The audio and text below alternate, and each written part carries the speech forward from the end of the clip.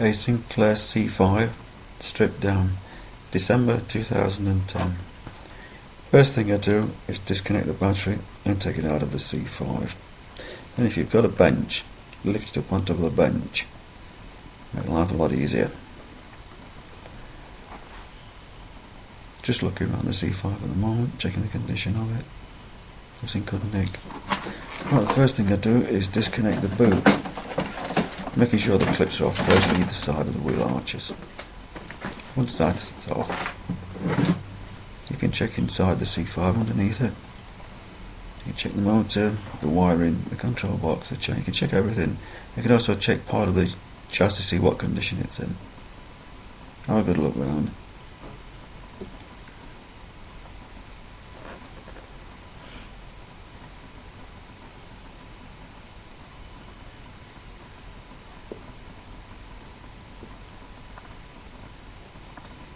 Okay, now we can see that it's in decent condition. So it's a bit of a clean up. Chassis, a little bit of rust on it, no problem. Then we get on to dismantling it. Usually start on the left hand side. Take the centre cap off first. Underneath the centre cap you'll see a bolt. Undo the bolt with a ratchet or a spanner. Take it completely out. Once you've taken that out, you find like a star bolt. It's got splines in it, but actually holds the wheel in place. That sometimes pulls out. If not, as in the case of this one, it's a little bit tight. Pull the wheel off and it should come off with it. Exposing the splines, the large white cog, the gearbox and the belt. Ease these off. And as you can see, the actual tube spline has come off with it. Be careful not to drop the white plastic large cog. They do break. I have broke some teeth off them myself. When they're off in place, you can see. Have a good look round again.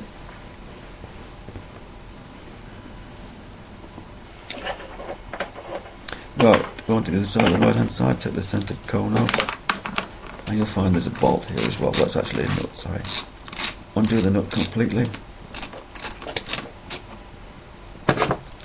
As you take that off, you'll see there's another one at the back of it. This is the one that actually holds it and tightens the bearings up. You might need a special spanner to do this if it's a bit tight. This one also needs to be taken all the way off.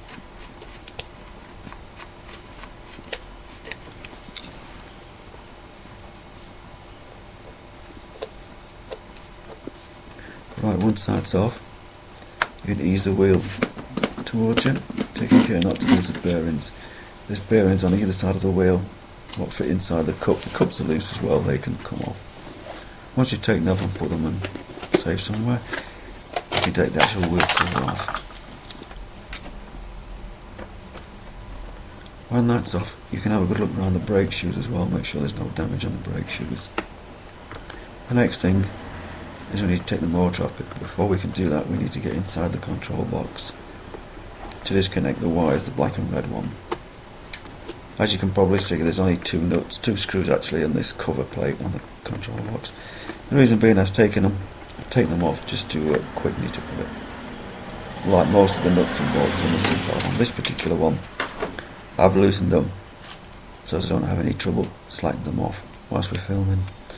As you can see inside the control box there are 4 bolts, 4 studs. Right, there we are, mate. The ones we're interested in at the moment are the 2 on the before we start, I'm going to take that one off, the red one, black one, and the which is black on the one to right, start with, that's all okay. The red and black. Once I've took take those these two off, you need a little socket. I'll take the red cable out, clip that, and then pull the motor out. So bear in mind they're very small, so when you do undo them, very careful you don't lose the nuts, and especially the washers. The washers tend to drop off as you pull the cable leads off, and sometimes go inside the control box.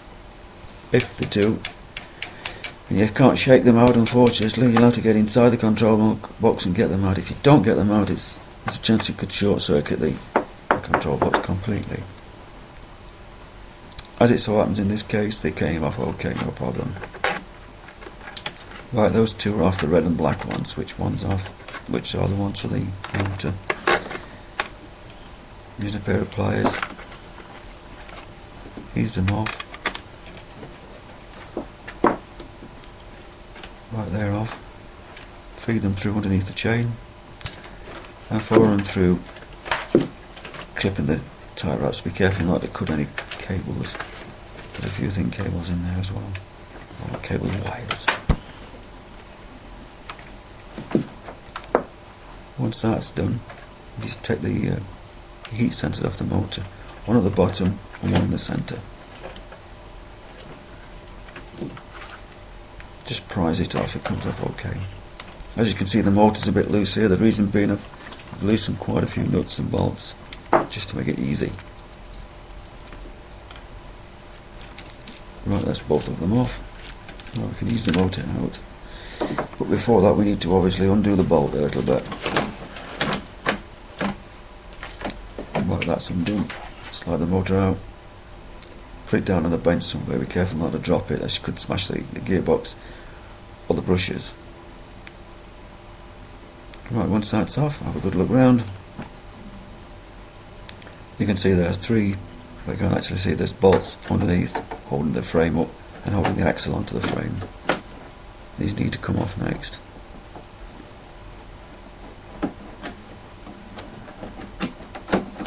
The ones on what actually hold the back frame are long bolts. They go straight inside the bolt in the frame itself. There's three actually holding the motor support bracket and the bearing. You'll need a socket to undo these.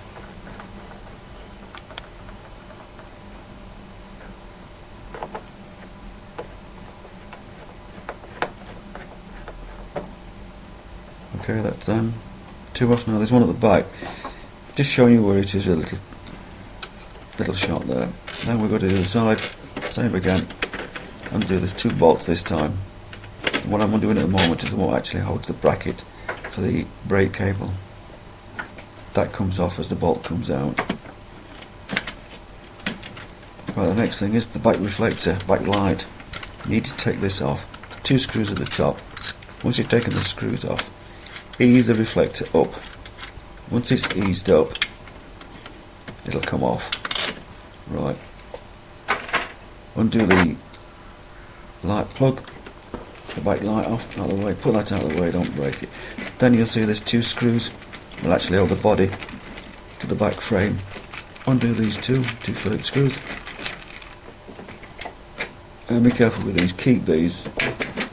If you put the wrong screws in here, you can't get the reflector back on. So be careful with them. Don't lose them. The next thing is to actually move the back frame out of the way. Oops. Anyway, that's it. Out of the way. Right, once that's done, we're going to go onto the chain. This is a Sinclair C5 chain, and it's got a split pin and a pin through one of the links. As you undo these, be careful you don't lose the little split pin and thing. Right, then we're using the back axle off. Take the batteries, the motor support brackets off, and you'll see a rubber washer, nice little large washer there. Make sure you don't lose them off the end of the axle. Then pull the chain out. As you can see, I've already done that just now. And the next thing you want to do is the control box. Take it off the frame. Once the control box is off the frame, you can just ease the body off. Once you've taken the spindle and the four little screws on inside.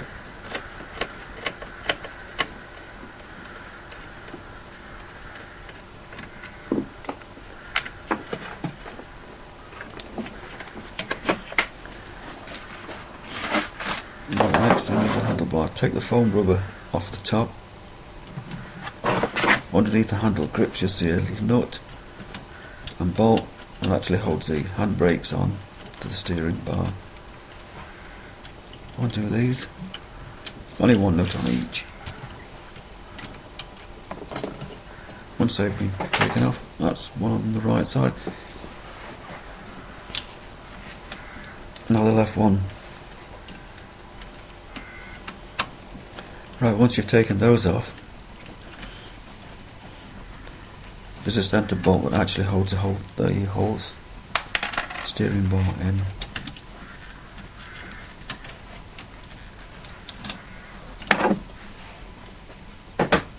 Right, there's the nut. What usually happens as you turn the nut comes up, or rather the bolt.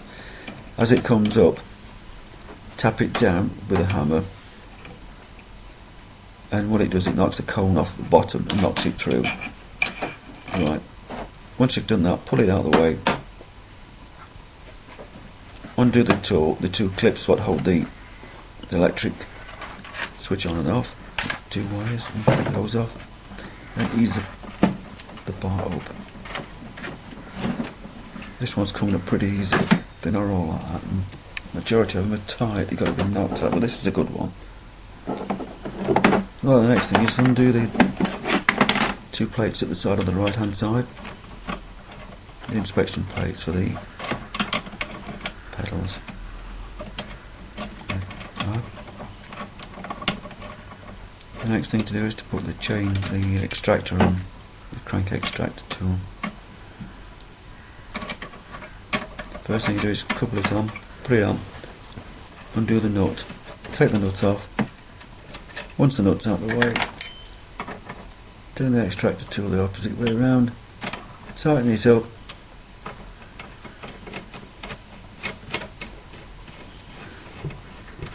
once it's tight with the fingers, tighten it back up with all the way up with the spanner.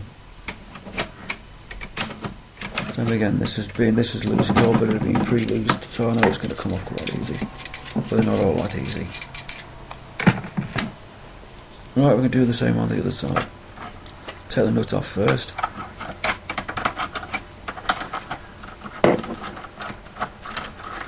Once the nut's off, turn the extractor tool around, screw that in. You get the spanner on it and tighten the silver chrome socket at the end. As you can see, it come off pretty easy again. Right, the next thing is the 4 screws. I'll just show you one there. There's 2 either side. Another one there, look on that side.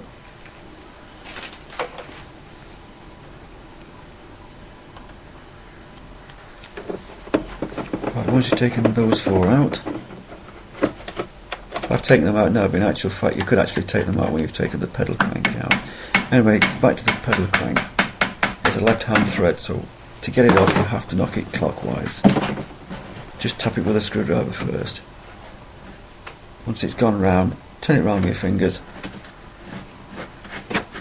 and as you ease it out, check the bearings that are on the spindle and check the condition of the bearings. If they're damaged, then you replace them. One bearing on each side. Right, you can put the nut back on it again to stop the bearings come off. Once you've done that, you can lift the frame off and lift the body off, and you end up with the chassis and the wheel. The front wheel. Have a good look round it. The next thing we're going to be doing is taking the front wheel off. Chassis is in quite good nick. There's a bit of pitting on it, but no problem.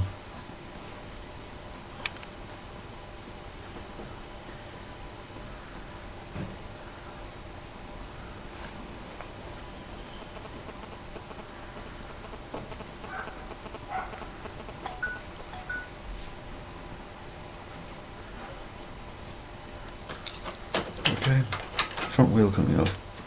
Nuts either side of the front wheel. Once the wheel's off, take the brake off by undoing the nut at the back of the fork. Once that's up, put it to one side, and that can be dismantled later on. Once you've done that, you can take the forks off now by undoing the big nut at the top. Underneath that there's a washer. Once you've taken that off, ease that up, and then there's another nut underneath that which actually tightens down onto the bearings. Screw that all the way out. Quite a way to come, but no problem. Once that comes off, ease the forks down and just clip them backwards, and it'll take the steering bar off the handle, off the grips. Yeah. There are just clipped off. And don't forget the bearings.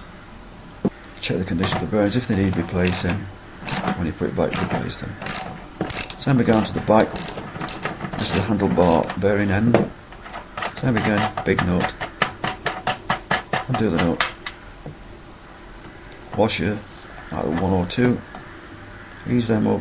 They have got a little slot in it for when you put them back in. Make sure you put them down the slot, like a keyway. That's the washers, I mean. Right, the nuts off. You can see the bearings there, look. Right, ease that out. Flick that back and the steering bar should come off again. Put the bearings back on the spindle, on the rod. Might put them to one side. The next thing to do is a chain tensioner. That needs to come off as well.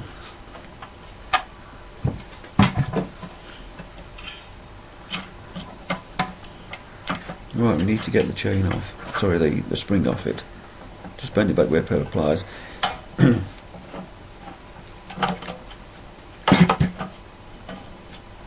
You can either take it off from the bottom like I have, or take it actually completely off the frame, which really you ought to take it off the frame, because if not, when you spray in the frame it's going to get covered in paint. So the best thing to do is actually turn it over and get it off the frame itself. Right, there we are.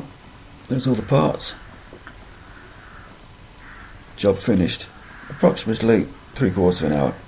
With the assistance of Lee, the photographer, the movie man. Thanks, Lee. Just one more shot of me holding the actual body up. You can see on the condition of it, it's in good nick. That'll be one of my next projects, to build it up again. Obviously, once it's all been cleaned up. There we are. There's the chassis. There's the body, sorry.